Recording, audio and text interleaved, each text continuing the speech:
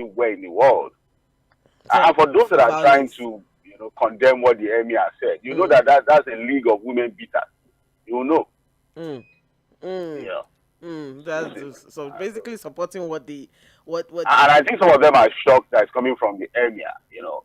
Again, an emir from the yes. northern part of the And country. this So is not just a traditional ruler who who is backward, or maybe we can say, oh, he just grew up in the village. This is a very it's an elite, enlightened, whether they like yes, it or not. the Yeah, very enlightened and enlightened elite person is in the exposed. thinking. Yeah. Yeah. All right. Well, anyways, we listen and we don't judge. Whether it's 650, whether it's 605, whether it's 76, whether it's 506. That's another thing that we need to look through this morning. But before we even go into all of that, Fuad, yesterday, Yeah. Nyesom Wike said, "Oh, he's grateful to the president, for his support as as minister, of the Yeah. FCT." And away from that, and then I'm going to put that against what Majority Leader Okwemi Bamidele said, that, oh, Tinubu can sleep and rest at night because he has an Akpabio, in the Senate. I don't know what to make of that. What can you break it down for me? Because that sounds a little bit picture. It's all right. Anyways, what do you think about that, Senator Okwemi Bamidele saying that the president can sleep and have peace of mind because Godswill Akpabio is the Senate president? Well, you know, we've talked about the leadership of this 10th National Assembly. Mm. And I think what just comes to mind is what Mr. Curtis said on the political roundtable, I think about a month ago, that in Nigeria, eye service is also part of government service. Mm. Mm. So, and what you see is just basically eye service to the president. Have you noticed now that for everything, every statement that they make, they put, as part of the renewed hope agenda of the president, as part of the renewed, even though there's no commitment to any hope that is renewed. So we must always put it. I saw something, I was reading a story. The Minister of Interior, I think, commissioned the project at the Abuja International Airport. Yes. Yeah. And they have to name it after the president. Why? You don't understand what I'm saying. Well, I met Tinubu in the Technological Innovation Center or something. And I asked myself, what's all this eye service about? Must the place be named after the president? Sandra. So it's all eye service. But These are people, I don't know. the reason why I'm a little bit indifferent about that is because once upon a time, not too long ago, a certain second Niger bridge, was also named after a sitting president. So, maybe they're just continuing the legacy as they had promised. No, it's all eye service. See, Sandra, in Lagos here, for example, almost every public building, public space, whether it's done by local government or by the state, is practically almost named after Bola Ahmed Tinubu. And you ask why? How do they even feel when they see these things? I keep talking about our level of education and exposure, and then level of civilization. How do you feel? What comes to their mind when they do all these things? And do you know that it's not about the number of buildings you name after a leader that matters? That's not even the legacy. It is what the person is able to do to touch the lives of a reasonable number of people in the society. Not just a few who are friends and cronies. I'm not saying that, look, yes, President Bola Ahmed Tinubu, of course, you can't fault his politics. He's been able to achieve a whole lot for himself in the political space. And he's deserving of, one or two. But when he now becomes everything and anything, and then you ask yourself, why? What are you trying to achieve? Is that still about eye service? But again, I just remember what Mr. Curtis told me that, look, in Nigeria, standard, eye service and government service. It's all right. You must do it. And the leaders like it too. It's okay. Thank you very much. That's just on the sidelines. Let's go now to the major trending stories for this morning, the 11th of December, 2024. Time check right now is 7:52 a.m. And the major headline on the front page of the Punch newspaper reads, 2027 presidency, Atiku Obi alliance can't unseat Tinubu, declares APC. And we have a rider here that says, PDP insists alliance will help rescue Nigeria from current pains as SDP, APGA, and others eye a coalition. So, The ruling APC has warned that no alliance of the opposition leaders, including former Vice President Atiku Abubakar or former Anambra Governor Peter Obi, will be potent enough to stop President Tinubu's re-election in 2027. And this was given by the National Publicity Director of APC, Bala Ibrahim, in an exclusive interview yesterday. So the conversation continues forward. We started this yesterday. There was the major concern that was raised as regards, the fact, is this supposed to be automatic? You running for a re-election, is this supposed to be, just because I have that, leeway to, contest twice rather consecutively, it should be automatic. All right, rather than being a referendum of your performance in the previous term. And here we have now National Publicity Director APC Bala Ibrahim saying that no alliance, no amount of coalition from opposition can unseat President Bola Ahmed Tinubu's re-election in 2027. Should we be concerned about this? I hope it's not going to be a whether people like it or not, this is what's going to happen. Well, I think it's just majorly political banter amongst our politicians, and I don't think we should take it too serious. Okay. It's honestly my opinion. And, politicians will always have this banter. It's always a back and forth between them. Even when they are losing the election, they will tell you they are winning.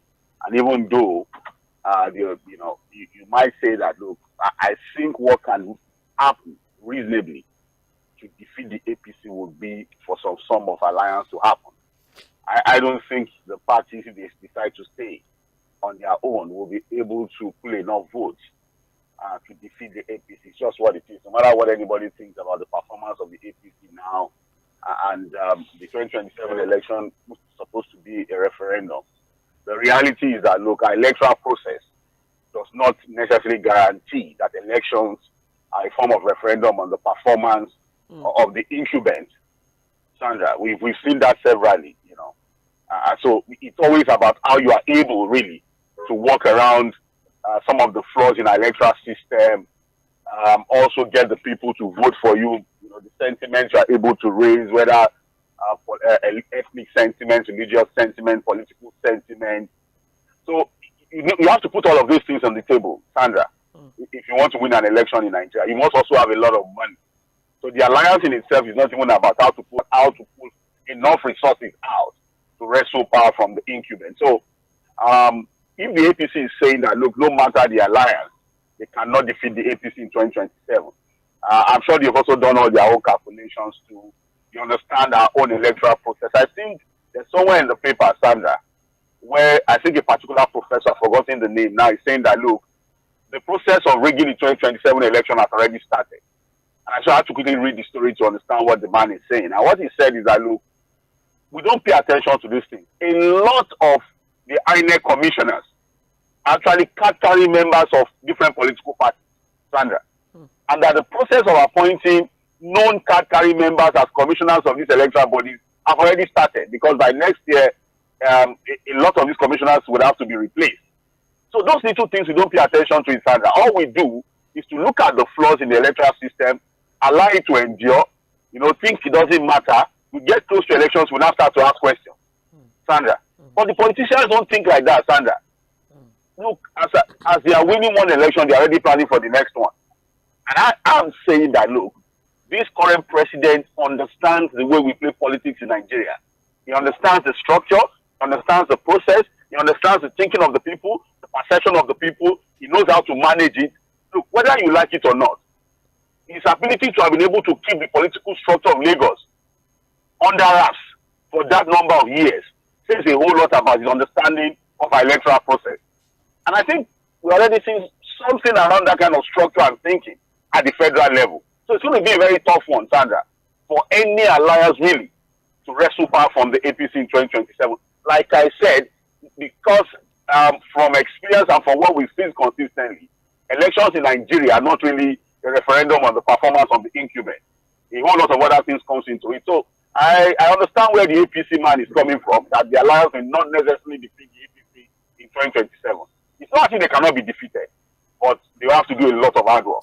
Well, I think the Social Democratic Party agrees with you. I think the coalition of united political parties COP as well agrees with you, saying that the country needs more than a coalition between the 2023 presidential candidates of the People's Democratic Party and the Labour Party, because COP and SDP is saying that to defeat the APC, Nigerians must demand credible elections, form a coalition of trustworthy leaders to spearhead a rescue movement that served the nation's collective interest. Is that in line with what you are also trying Of course, to yes. express? Okay. But before the coalition, I think we are already putting the cart before the horse. You know, I've been a major advocate of electoral reform. No, that's what I'm saying. That's what they are saying as well. They said that to defeat the APC, Nigerians must demand credible elections and then form a coalition. How do we get a credible election? Okay. We have to reform the electoral process. Mm-hmm. And there is a template. There's a document we can work with. You know, I keep repeating in Sandra because I've taken my time to go through the recommendations of the Waste report. Remember what gave birth to the Waste Committee in the first place? Yes. The man that won an election said, no, the process is flawed. Although I'm a beneficiary of that process, but I won't shy away from the fact that, look, this is a completely flawed process. And so, out of his good thinking for the country, decided to form that committee of eminent Nigerians who worked for 1 year to come up with a fantastic report and recommendations on how to reform our electoral process. He even talks about how to appoint people in INEC to ensure that there are no interference from the executive. A lot is in that. But you know what, Sandra? Look at what we've done. From 2009 till date, government after government, we refuse to implement that report. Because the government in power thinks, look, the flawed electoral process today favors me, and so let us just leave it. It is only when they lose power that they now start to talk about the electoral process being flawed. So I think that, look, if we are going to have a coalition that will stand a chance to defeat the APC in 2027, it must first start by us ensuring that the process is free and fair. We need to reform the electoral process. What we have now, Sandra, cannot necessarily give us a free and fair election.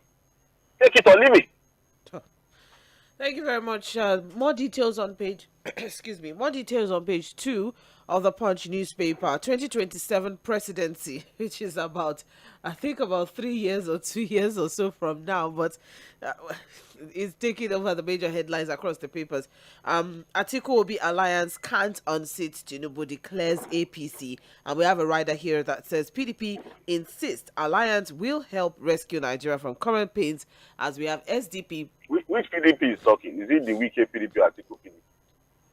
How many PDP do we have? No, we have more than one now. The party divided along Wike lines and Atiku lines. That's the division you have in the PDP. There's no ʶᴏᴏ lines. No.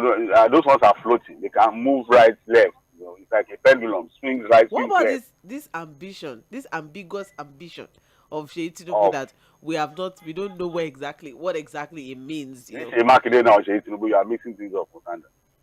What did I say? You say Tinubu. That's an ambition. That's an ambition domiciled in the minds of the people of Lagos. I said ʶᴏᴏ. Is ʶᴏᴏ? I'm talking about ʶᴏᴏ. To be fair to Governor ʶᴏᴏ, he has not come out to say he's running in 2027. That's what I've said. Although we're already seeing social media campaigns, we're already seeing some posters, people are already pushing the agenda. But the man himself has not come out to say he will be running. And he has said that, look, he's not a coward to hide his ambition if he wants to run. So I think we should cut him some slack. Let's allow it to happen first before we now talk about it. It's all right. Well, further details on page 2 of the Punch newspaper. Moving on now, we also have here, Judge remands Yahaya Bello. Lawyers plan fresh bail application. Yahaya Bello also maybe seems to be going through a lot, but well, I mean, I trust he'll be fine. But Nigerians also go through what he's going through, so no big deal. It's all right. And he probably might also get the Bobrisky treatment, in Kuje prison. So who says it's going to... I think the only thing is that, look, I think what would be his major concern is the perception that, look, a whole white lion is now captured and put in prison. No. It's not really about the fact that, look, he's going to be in Kuje prison. Like I said, my mind tells me that, look, there will always be this preferential treatment. Probably will be able to sort himself out with the correctional service. But, the perception in itself that they hold me, a white lion, You know, he's now being led into prison. And people like Dino Melai, who sang a song, you know, to say that local government will go to prison. Be happy now. You know, so I think he's just going to be looking at what the advances will be thinking and saying, and the hobby is to him. But I think that look, he should have been prepared for this day. Maybe that was why he was running helter skelter. I knew that this was going to come. But at the end of the day, I suspect that look how long it takes he's going to get the bail. And after the bail, God knows, might just be the end of the case like the others will pass. It's all right. We'll also move on to this rather unfortunate story that broke yesterday evening about Taraba State Governor's sister who was allegedly shot by a police escort. She has, actually trying to save her. Actually, he was trying to save her, and then it was mistakenly shot because he's supposed to be her aide. They were, under attack. They were under, attack, and he was trying to, cover for them and ensure that they take them to safety. But unfortunately, there was, that shot, and now she has passed. The further details of that on page 14 of the Punch newspaper. Just very unfortunate there. Moving on, we also have here a rather interesting story. Fᴜᴜ, police allege witnesses intimidation and are opposing bail application of Dele Fᴜᴜ. So what we have is an Ekiti State Magistrates Court in Ado-Ekiti has sent Dele Fᴜᴜ back to prison after the police vehemently opposed his application for bail, accusing him of intimidating witnesses. The magistrates has adjourned till December 20th to rule on whether or not to admit Fᴜᴜ to bail following the stiff opposition by the police. Well, this has become a double-barreled case. That's a double-barreled case to the point where I decided that I to have to speak to lawyers to understand whether this can actually happen, where you prosecute the same case in two different courts. Remember that, look, we're talking about the magistrate court now that has again refused him bail after the case was adjourned till December the 10th, which was yesterday. Now the case has been adjourned again for another 10 days to 20th of December on this same bail application. I'm not going to talk about what the prosecuting lawyer, the police is saying, really. The police will always say anything, really, when it comes to things like this. Because what they are saying about him intimidating witnesses. And I ask, who are the witnesses of a defamation case, Sandra? Thank you. Okay. Who are supposed to be? Look, the case of defamation against Fᴜᴜ is on what he had published in a book. So, what witness do you need? So, what witness? You don't understand what I'm saying. The book is well documented. The man himself published it. The book is available. So, it's not as if something was done in secret that you now need a witness to confirm whether it was done or not. He has not said he didn't even do it, Sandra. You understand? So, the idea of witnesses being intimidated, I don't even know where that is coming from. Except there's another charge. Although we already seen indications that maybe the charges were also amended to now include treason. I've not seen that completely. I've not confirmed that. Treason is now something we throw around uselessly now. It's a word that we just, for anybody that has anything against anybody now, they say it's treason. Oh Lord, but I've not confirmed whether the charges were amended to include treason. But the Federal High Court in Ekiti had already granted him bail, the sum of 50 million naira. That's it. The magistrate court is still ruling on the same matter. Say no. And so I don't know. I really don't know. But look, Mandela was in prison for 27 years, Sandra. And I think for people who think that they should celebrate his incarceration, temporary incarceration, actually, they are deceiving themselves. Freedom fighters love it this way because it makes them get better with whatever they are doing. Leaders of thought, activists always know a day like this was going to come. You understand what I'm saying? So, look, at the end of the day, critically speaking, with some level of native wisdom, Sandra, I know the person that is even losing in this particular case. I can tell you that it's not Dele Fᴜᴜ. Some people who understand how some of these things can rub off on the image of people. And the fact that a lot of people are even more concerned now that it could snowball into, something bigger. And the fact that a lot of people might even now start getting implicated. Anyways, back to this particular story. The point is that the alleged offenses are bailable. And the defendant is a lawyer. over 25 years. Look at what his lawyers were saying. Yeah. Why Yes, denying bail? over over 25 years on his record, and his name is on the roll of legal practitioners of the Supreme Court, and the defendant has undertaken to make himself available whenever his attention is needed. But then you have the prosecuting counsel for the police, Samson Osodu, vehemently opposing the bail application, saying that Farotimi would likely jump bail, and that Dele Farotimi is, and I'm quoting now, a social media influencer who, despite being brought to this court, has been intimidating our witnesses and nominal complainants. I don't know who these witnesses are. Somebody is to witness on what particularly? Let me make it relatable. Hold on, Fuad. So Fuad said something about me that I'm not happy about, and then I'm like, I'm suing Fuad. Why will you say there's also the case of jurisdiction on this matter, whether the magistrate court should have even handled the case in the first place. And I'm trying to say that, can you try a person on the same offense in two different courts simultaneously? But see, Fuad, I was even trying to make people understand how exactly witnesses come into play, in a quote and unquote, quote and unquote now, defamation case. Exactly, quote and unquote now, defamation case. Aside from I was here when he said it. I was here when he was printing the book. It's a book. It's available for everybody to see and read, and it has become #1 bestseller on Amazon. But that's not even the point now. There's just maybe the people of Amazon come and witness. Is that what they are trying to say? So are they the ones that Farotimi is intimidating from Ekiti? From Ekiti in Nigeria is intimidating Amazon. Okay. Tabaka should help us. Me, I'm tired. I'm not. Well, anyways, aside from that, it's just a lot that's happening with this particular case. It's a lot. Too many things. You also have a fact that, the same prosecuting counsel of the police also opposed the appearance of an SAN, a senior advocate of Nigeria, Adeyinka Olumide Fusika, to defend Farotimi. It can appear in the magistrate court. But the magistrate court can counter the federal High Court bill.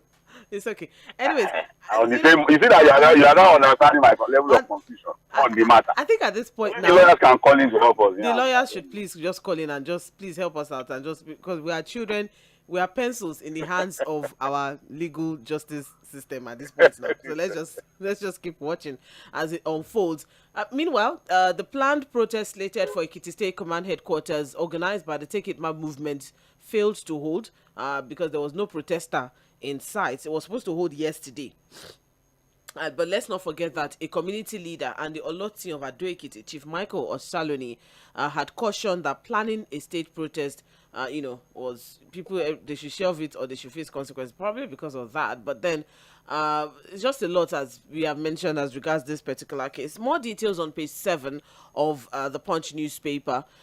Time check right now is 11 minutes past 8, and you are listening to Mainland 98.3 FM. This is Trends in the Papers, and we're looking through major stories trending on the front pages of our papers.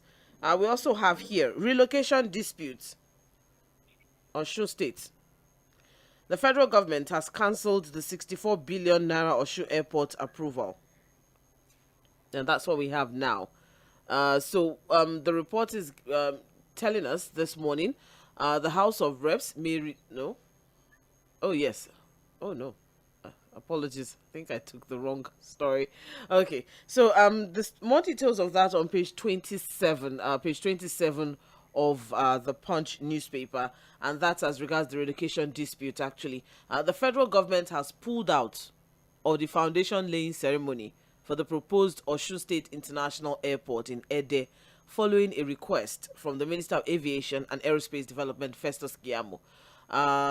The state governor had planned December 13th, an event for that. The foundation laying ceremony was supposed to happen on December 13th, but the ministry has asked for a postponement until disputes surrounding the projects are resolved. And that's as regards relocating the airport from Ido-Osun to Ede, which has, stirred controversy and tension. And there had been reasons given. The state government reported that the original site did not meet basic aviation requirements, which prompted the move to Ede. Yes, that's what they said. And not enough land in Ido-Osun. Ido-Osun. There's no land there. There's not enough land. for the airport. It doesn't meet the Osun. basic. And then has to go to the where the governor comes from. The hometown of the governor. Because they have land. These ones don't have land or what? What are you trying to say, Fad? I'm just asking a question, no. Because they have not even said those things that the Osun site does not have that makes Ede the perfect fit for the airport. Standard. But that's not even whatever they do. But what comes to mind again is, why does Osun State need an airport? Well, or in the life of Osun people, the airport no come putting it on the scale of preference now, priority. Say Osun, the Osun that you know, that I know. Say airport no come I have to speak Yoruba so that at least the message can sing. It's an international airport, so they don't have to come all the way to Lagos, because they want to travel. They can just. So who will be using the airport in Osun? The people in Osun. Anyways, the statement from the federal government reads that the airstrip is a federal project that's captured in the ministry's 2024 appropriation. Yes, as the airstrip is a collaboration between the state and federal government, so that it's important that there's this synchronization before the project takes off. There's also the political side to it, and I won't discuss that today. It's okay. Some other time. All right. Anyways, they've requested that the foundation laying ceremony, be rescheduled, pending the resolution of the petitions and selection of a mutually agreed date, so we can then now move forward.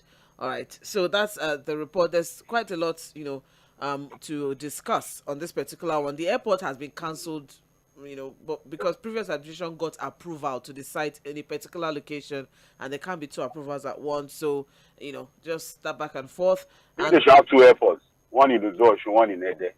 You just questioned the need for one. Why are you asking them to have two? What? Why are you? Sandra, if you can have one, you can have two now. Laughing at the pain of these people. This is not good. The story is on page 27 of the Punch newspaper. Thank you very much, Said Fuad. It's okay. All right. Let's not say that. The airport that have one, you can have two. You can even have three. The airport that is in your own state sometimes doesn't have lights. But let's not talk about that. It's okay. No, what do you mean? It's okay. What are you trying to say? The airport in your state. Are you trying to think I'm from you? Are you trying to say I'm from Ogun State? I'm not from Ogun State. I'm from Lagos. What we have in Ogun State is a cargo airport.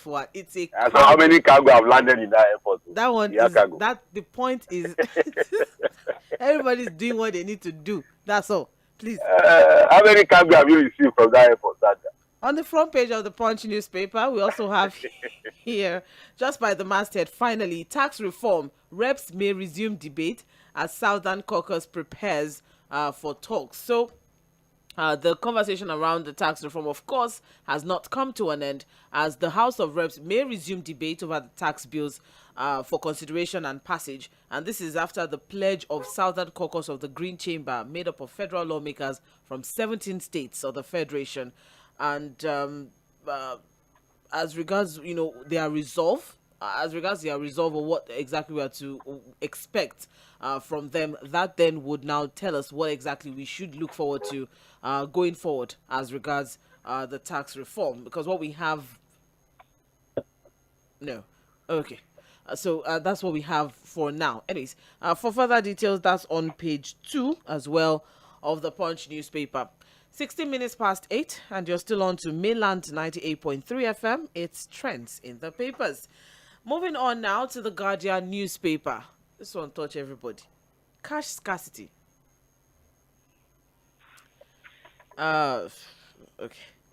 The major headline on the front page of the Guardian newspaper: cash scarcity worsens as banks upgraded digital platforms falter. So remember, from the beginning of September or late August or thereabout, majority of the commercial banks started an upgrade on their digital platforms, where especially the Orange Bank, which has caused a lot of issues for a lot of people in recent times. And now the conversation now is around the fact that there is barely cash out there, aside from the upgrade has led to cash cut.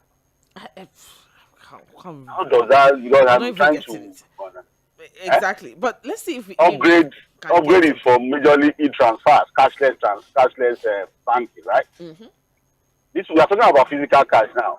How does one affect the other? Well, we have riders here, quite a lot of them. ATMs are empty. POS agents are exploiting customers. You know, yesterday I was on Facebook and the POS customer was asking our fellow POS customers that what should we start charging people now because it's not easy to get cash. But that's on the side. No relief for customers after bank software upgrades. Rural residents laments banks' insensitivity. Filling stations, supermarket fueling crisis, mobile money agents insist.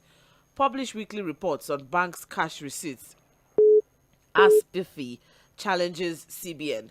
And reps order probe into cash scarcity as they task CBN on intervention. So, a few months after most banks claim to have upgraded their digital infrastructure to serve their customers better, their services have deteriorated. Users are experiencing what appears to be the worst offering seen so far. Sadly, over-the-counter services have not offered any solace, with most banks restricting cash withdrawals per transaction to 10,000 naira, which has triggered another round of cash scarcity around the country, pushing up agent bank charges by as much as 100% or more in most cases. These rising challenges coming barely 15 days to Christmas, and just when the CBN warned that it will begin to sanction banks that have failed to upscale their capacity to serve the fast-growing population of online banking customers. Okay, so what exactly is the cause for this now? We don't really know, but as it is now, the payment platforms of banks are currently jaundiced, bringing several harrowing experiences to customers in the last 3 months, especially in this Yuletide season that we are in or on now. And I'm sorry I have to take this a little bit way back to the jackpot and the brain drain that we're experiencing in the IT sector in the country, because the truth is that, Fuad, a lot of banks are now relying on foreign companies to manage their IT infrastructure, and that's spending a lot brain drain because of the brain drain that they're experiencing now in the IT sector. But that's as far back as when this whole thing started. But now the point is, people do not have access to cash, which brings us to the dark period of 2022 November, December, when Emefiele said that we are moving from green 200 naira to blue 200 naira and purple 500 so many, where you just change 500 naira basically. Yes, so that's so the story we have now basically is about cash scarcity, cashless banking. Yes, has become a problem. There's no you understand? Whether you want to do transfer, problem. You don't want to do cash, problem. And those that should know are not even telling us anything. No reason. That's why we have this problem. No, there isn't any. So I don't know really, because it's so difficult now, Sandra, to do any transfer now from your mobile app. Any of the banks now, you have to first pray, do the Lord's Prayer before you attend it. But in this report, we also have here the fact that staff members of a major organization had to share their harrowing experience that after getting their salary alert for November, just a few minutes after, the banks reversed the money. And some of them would have called home. They had the salary. I'm coming home. I'm coming home. They don't see salary again. If it was Friday, it would have been the most disastrous weekend. Or somebody when you receive alert on Friday. Or somebody that's ordered. And then it's in reverse. Or somebody that's ordered food. Maybe like Nonso that's ordered food online. And then it's in reverse. And it's in reverse. The one man know you. They will beat somebody. Anyways, it's just really unfortunate what a lot of people are going through. You don't have access to cash, and then the digital platform that's supposed to be an alternate channel is also a problem. And that's where we are now. We've never had it this bad, really. There may feel a time we can rationalize it and say, okay, yes, he was trying to do some things. At least that was when he was trying to mop up the old notes. He wanted to introduce a new one. And all that happened at that time was just deliberate. There were political undertones and all of that. But this one now, what is happening? At least Emefiele is no longer the CBN government. Well, and just on, I think it was last week now, last week the EMTL stuff also came on board. That's the electronic money transfer levy, 50 naira. Have they started to remove that money? I've been trying to check. They have. Oh, for every transfer? For every electronic transfer, 50 naira is deducted from your money. I know the thing just... That started last week. Well, I had to check, because again, I've been following that story. I've had to check with my own transfers too, and, again, some of it is difficult to pick. You can't pick. They might not come as... You are transferring millions of naira. We are transferring 10,000. We know when it will become 9,950 naira. Does it come immediately? Do you see the charges indicated as you do a transfer? So when you do a transfer to an account, yes. Once you receive that money, what you would receive is minus 50 naira. So I receive 10,000 naira. Is it the person getting the money or you transferring the money? They deduct from you or the person getting the money. The person getting the money. Get 50 naira less. Yes. So you transfer Said, you transfer 10,000 naira to me, and I will get 9,950 naira. That's stealing by trick, Sandra. Is transfer money. Charges. Sorry. Transfer money. So the person receiving the money will not get. So if I want to transfer now and ensure the money is the exact amount, I have to add extra 50 naira on it. Anyways, Fuad. I have to. Anyway, so I don't know. I've not been able to check actually. So you should. I've done a lot of transactions in recent times, and I've actually seen that. It happened. Yes. Really? It's really unfortunate. But I don't know how it works though. It just I think it's a little bit confusing though. I've not, but it does. I didn't know the amount of if it is true that it is happening. You know what they'll be raking in, considering the number of transfer people. I think we had a figure the last time we were talking about the challenges with mobile transfers and all of that. Okay, when there was supposed to be this thing from New Ribadu's office. What was that one that was suspended? Hope they have not reintroduced it in another form. So I have to dig into this so that we don't waste too much time on it. Yeah. Yes, of course. Thank you very much, said Fahad. Well, that's the major headline on the front page of The Guardian. It's also the major headline on the front page of Vanguard. Cash scarcity, compounding hardship. Further details in Guardian, page 6. Further details in Vanguard, page 14. Moving on now, we also have here ASU strike. Students suspend planned protest, issue 48-hour ultimatum, and that's on page 29 of the Guardian newspaper. We also have here cybercrime law, defamation, now weapons of prosecution. That's coming from National Guild of Editors and SERAP, and that's on page. This is very unfortunate, really. Which is really very, very unfortunate. Unfortunate. So everybody now takes advantage of the cybercrime law to harass people, intimidate people, using it willy-nilly, especially in a country where interpretation can be very, very ambiguous, and it can differ. It can differ on perception on how a particular, justice or a judge. And then also a country where the rich and powerful can use instruments of the law and justice to just, deal with people, like we are seeing with Daily Faro TV. It's okay. We also have here on the front page of The Guardian, federal government suspends energy tariff review as 4-month subsidy hits 768 billion naira. That's on page 15. You can get further details there. As consumers and NERC kick as discos are pushing for a 240 naira per kilowatt an hour tariff. That's on page 3. They want it to go up again. I just want to say, for any Nigerian that is a Nigerian that is living in Nigeria, 2025, I just wish all of us all the best. That's all. And now they're already talking about it, Sandra. The agenda is already on the table. That's it. Especially with what they're telling us now, that 4-month subsidy is on 700. What if we hear that we can't afford to pay? So if you see, so when they say the subsidy is becoming a problem, it's becoming a problem. So the alternative would be for tariffs to go up so that they can reduce the subsidy. Right? And I keep asking Sandra, this subsidy we are talking about, how much now for 4 months? Something billion. All right. Which part of the power value chain are we paying subsidy on? How are they calculating it? Is it on the transmitting end, the generating end, or which one? And how? Which part of even if it's generation? Where in the generation part of the electricity value chain are we paying subsidy? Or if it is distribution, is it on the sharing of bill, or what exactly is this subsidy about? Okay. Well, Fahad, that's it's a lot actually to unpack. It's two different reports on pages 3 and 16 of the Guardian newspaper. But before we go, it's very important for us to take a quick listen to a few, sound bites. Very, very important for us so that we can have better understanding. Earlier in the show, I mentioned that we listen, we don't judge.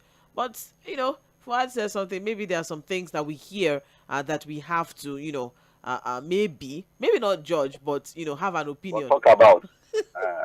Have an opinion on. So let's listen to let's just take a quick listen to this. It's a very shocking one. From 500, 600, 700. We don't know what exactly we're hearing, but stay with us. This is Milan 98.3 FM.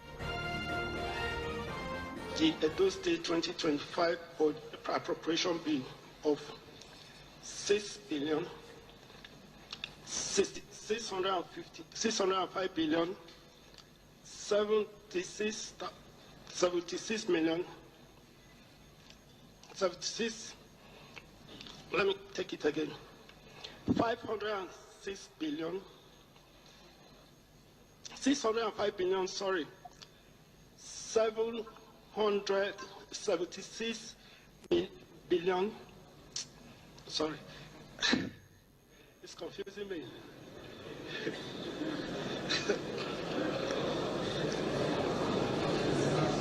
Okay, six.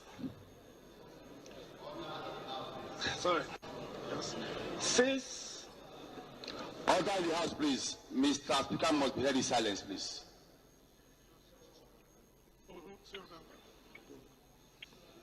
605 billion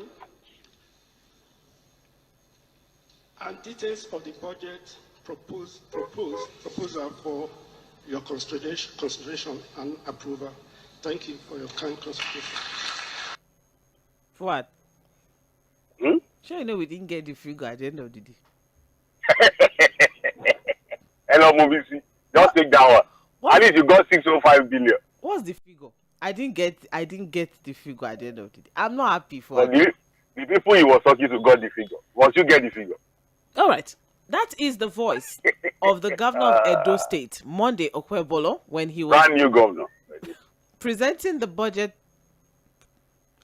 That's the voice of Monday Okpebholo, His Excellency Monday Okpebholo, Executive Governor of You see the problem of Edo State. I've been affected. I'm sorry. But that's we listen, we don't judge. That's all I'll say. That's it. Let's just leave that at that. But there's but you have the soundbite of the chairman of we have the soundbite of Edo APC chairman Jarrett Tenebe trying to give an explanation as regards what happened. To explain what we just listened to. It's okay.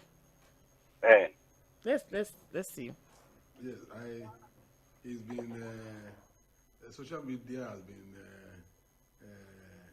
agog with the governor, our governor budget presentation about mistake on 650 billion and the rest of it. It's a normal thing. Zuma made such mistakes, and a lot of people make such mistakes. I don't know figures. You see, that is how to know original and innocent people. Obaseki will not make such mistakes because he has stolen billions before. Ighodalo will not make such mistakes because he has stolen billions before. Monday is not a thief, so he's not familiar with figures. So anybody who wants to talk and continue to talk is nonsense. He's the governor of the state, and he's the governor of the state. He's performing, and he'll continue to perform. And anybody who does not like his face should go to hell and burn to ashes. Period. And thank you. It's okay. It's okay. It's okay. Oh, that's agidi, Sandra. It's okay. It's okay. If Yoruba say, oh, that's agidi basha. It's okay. I just felt like. When you scan, and so, if our government cannot call it so 5 billion, so I feel 5 billion. Fuad, you and I know that there are some people that they don't do figures. We know some people that don't do figures. So maybe Monday or Okpebholo is. It's not a figure person. It's not a figure person. Thank you very much. It's probably that's what. Mr. Jared Tenebe, that's the Edo APC chairman, trying to defend whatever it was that happened with the governor and saying people can burn to hell. Budget presentation, yeah. Can go to hell and burn to ashes for all he cares, and that the reason why, is because he's innocent and he's pure, and so anybody, not stolen money. he has not stolen He has money not stolen before. money, so he's not used to figures. He's not used to figures. So Sandra, that means that all Sandra. accounting, all accountants now are not innocent. They are not pure because they know figures. I know an accountant. Maybe he's not innocent. I talked about the electoral process. And what this current electoral process gives to us. This is what you have seen. I also saw Reno mockery, trying to justify all of this. That one has become, I don't know what to even say about it. That it's not about English. That does English. Take a break now, Fad. It is well with the people of Edo State. God bless Nigeria. Well, it is well with everybody, as a matter of fact. My own governors in Lagos would put out figures brilliantly. How you say? According to Mr. Jared Tenebe, it's because they have stolen money. That's why they have. So for governors who are able to put the figures out properly now, they have stolen money before, so they are used to figures. Anybody that is used to, all accountants that that they are not pure and of the innocent. governor is not even as bad as what the chairman said. We can even excuse the governor for making mistakes. Maybe something happened. It would have been better if nobody had said anything, or somebody had just come out. Because what the chairman of the APC in has now said. He has escalated it. But we have to take a break now. It's just unfortunate. We just have to quickly take that on the sidelines. Very important. The first soundbite we listen to was Edo State Governor Monday Okpebholo presenting the budget for Edo 2025 fiscal year. And then in defense of that, we had Edo APC Chairman Jared Tenebe trying to, whatever it was that he was trying to do. I don't know. I just leave it at that. All right. Let's take a break now before our traffic officer comes in and gives me a punch to the face. This is Mila 98.3 FM. Stay with us. Don't go anywhere. We'll be right back after the short commercial break.